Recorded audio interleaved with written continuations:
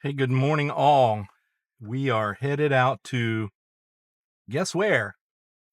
My son and his wife are in town, and I am going to meet them this morning at Hollywood Studios, which leads into this video. So stick around and hear what I have to say, because if you're driving into the Orlando area this year for vacation, and statistics say 35 million of you will, then you need to hear what I have to say, because we have some very good news for the Orlando Metroplex. Stick around.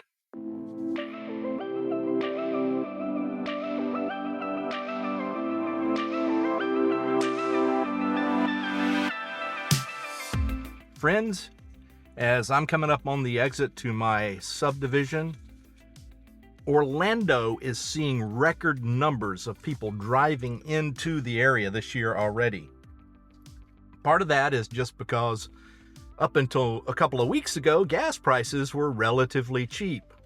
But now it has more to do with the fact that people are not trusting the airlines anymore because of the government shutdown. TSA lines have made it darn near impossible to catch your flight on time, and things are only going to get worse as this government shutdown looms.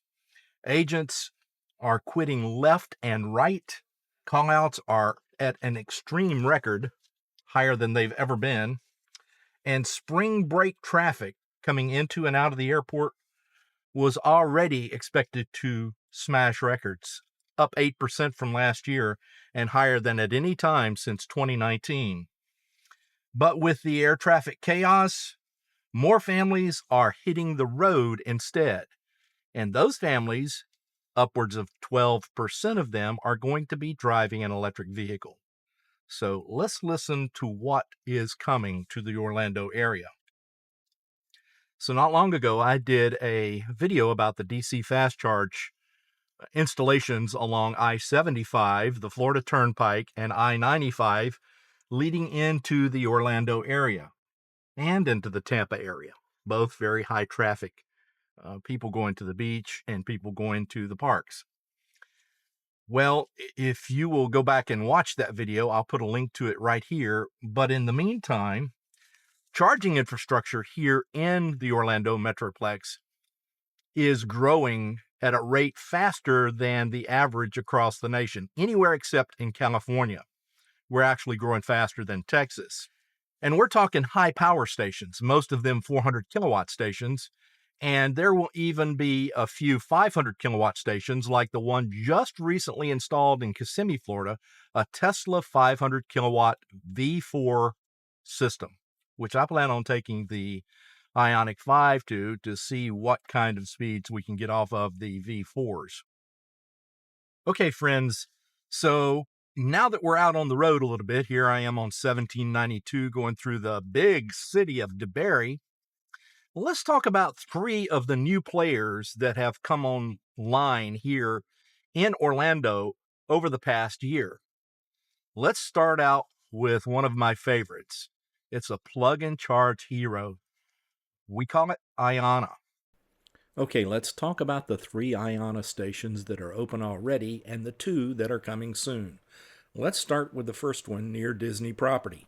The first one is located on Palm Parkway in Orlando, just off of Darrell Carter Boulevard and about a half a mile from I-4. This one is the closest to the Disney property. There are a total of 8 stalls, 5 of them are CCS1 and 3 of them are NACS. Of the 8 total, 2 of them are accessible, 1 each NACS and CCS1. The next station to open was the Iona Oviedo Rechargery Relay on Mitchell Hammock Road. That's about a half a mile off of the 417 Eastern Bypass. It is also configured with 8 stalls, 6 CCS1 and 2 NACS. The third one to open is just off of South John Young Parkway on Futures Drive, about a mile north of 528. It is also configured with 6 CCS1 and 2 NACS ports. 2 more stations are coming soon. One on Orange Blossom Trail, about a half a mile south of I-4 in the downtown Orlando area. and another one on Cimarron Boulevard about 2 miles off of I-4. I don't know the exact configuration plans for these stations yet, but probably 8 stalls total. My second favorite charging sites that are coming online here in the Orlando area are Walmart. There's one that is installed and waiting on a transformer already at the Sanford Walmart, which is at within 1 mile of the intersection of I-4 and 417 on the north side of the Orlando area. This particular station will have 8 stalls. And then there are 10 more Walmart stations planned in the Orlando Metroplex that we know of today, most of which will open this year and for sure will be open by next year. And with the planned rollout that Walmart has expressed, there will probably be in the neighborhood of 15 to 20 EV charging sites in the Orlando area coming over the next 3 years. And finally, an honorable mention, which is actually more than an honorable mention, is the Mercedes-Benz network. They have a 12-stall site already installed at the Orlando Vineland Premium Outlets, and it's still waiting on its transformer too. And then there will be a 20-stall station installed in a shopping center in the Lake Nona area, less than 3 miles from the Orlando International Airport. So that'll be 30 new stalls just from Mercedes-Benz, and these will all open within the next year. And as a bonus for all 3 of these new networks, IANA, Walmart, and Mercedes-Benz, they all integrate both Tesla, NACS, and CCS1 charging handles on all of their site infrastructure. So it doesn't matter what you're driving, whether it's a newer car with the NACS adapter already installed, or whether it's a Tesla itself, or one of the older cars like I have here with the 2023 Bolt EUV, you will find a charging plug that matches your standard. No need to bring an adapter. Now, as I mentioned at the top of this video, Tesla has just recently opened up a real, live, actual functioning V4 dispenser in Kissimmee, Florida. Again, not far from the Walt Disney World complex. This is a 10-stall site, but it includes 500 kilowatt charging. That's most especially important for the Tesla Cybertruck. But let me tell you, I'm going to give it a shot on the Hyundai Ioniq 5 as soon as I get an opportunity, and I'll bring that to you on the channel as well. Electrify America has been on a tear as well. They installed a 10-stall dispenser in Lake Mary, Florida, which is on the north side of the Orlando Metroplex. It's about 1.5 miles off of I-4, but it only includes CCS1 handles. So you will need an adapter at that site. I would look for them to upgrade that over the course of the next 2 to 3 years to include dispenser handles for NACS as well. There's another 10-stall site they installed at a Target on Earl Bronson Memorial Highway, again, near the Walt Disney World complex. And all of the other sites that they had in this area, they have replaced the dispensers with their 400 kilowatt charging systems. So not only have they installed 20 new stalls in the Orlando Metroplex, with more coming, they have updated many of their sites with new charger dispensers, including one of the first 2 sites with the Alpatronic HYC 400s at the Florida Mall. So Electrify America has also been on a tear over the course of the past year. And let's not forget EVgo. EVgo is a little weak in the Florida region, except in and around Miami. And there are a few sites here in the Orlando area, but most of them are only 6 stalls.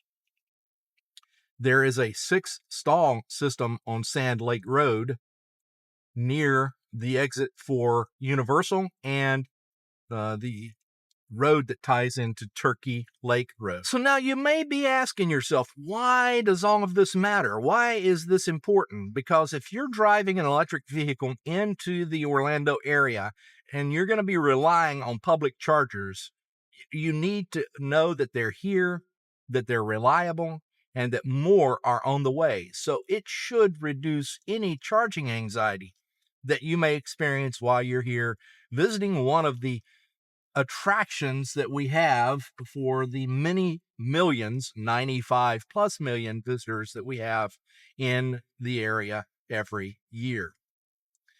It is estimated that by the year 2030, Orlando will see between 110 and 120 million visitors annually.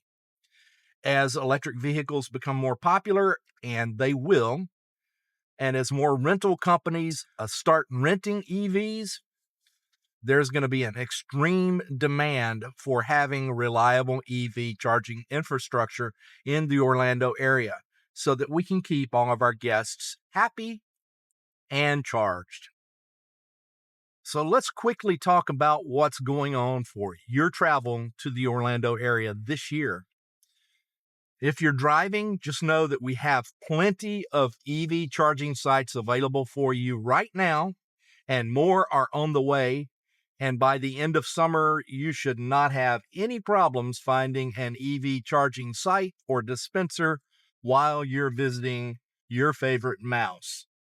Again, like I said, this government shutdown has affected everything, but the roads remain relatively clear. As you can see, it's 9 o'clock in the morning, roughly 9 o'clock in the morning, and I'm traveling down I-4 through the Lake Mary region now. So before you get in your electric vehicle and drive to the Orlando area, just know that we're looking forward to seeing you when you get here, that we have plenty of charging available for the number of cars that we have on the road today.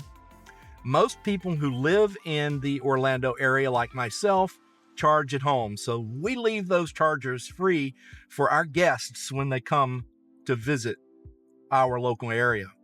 We look forward to having you, and I'll see you out there or somewhere along the route from point A to point B. Take it easy, everybody, and I will see you all real soon.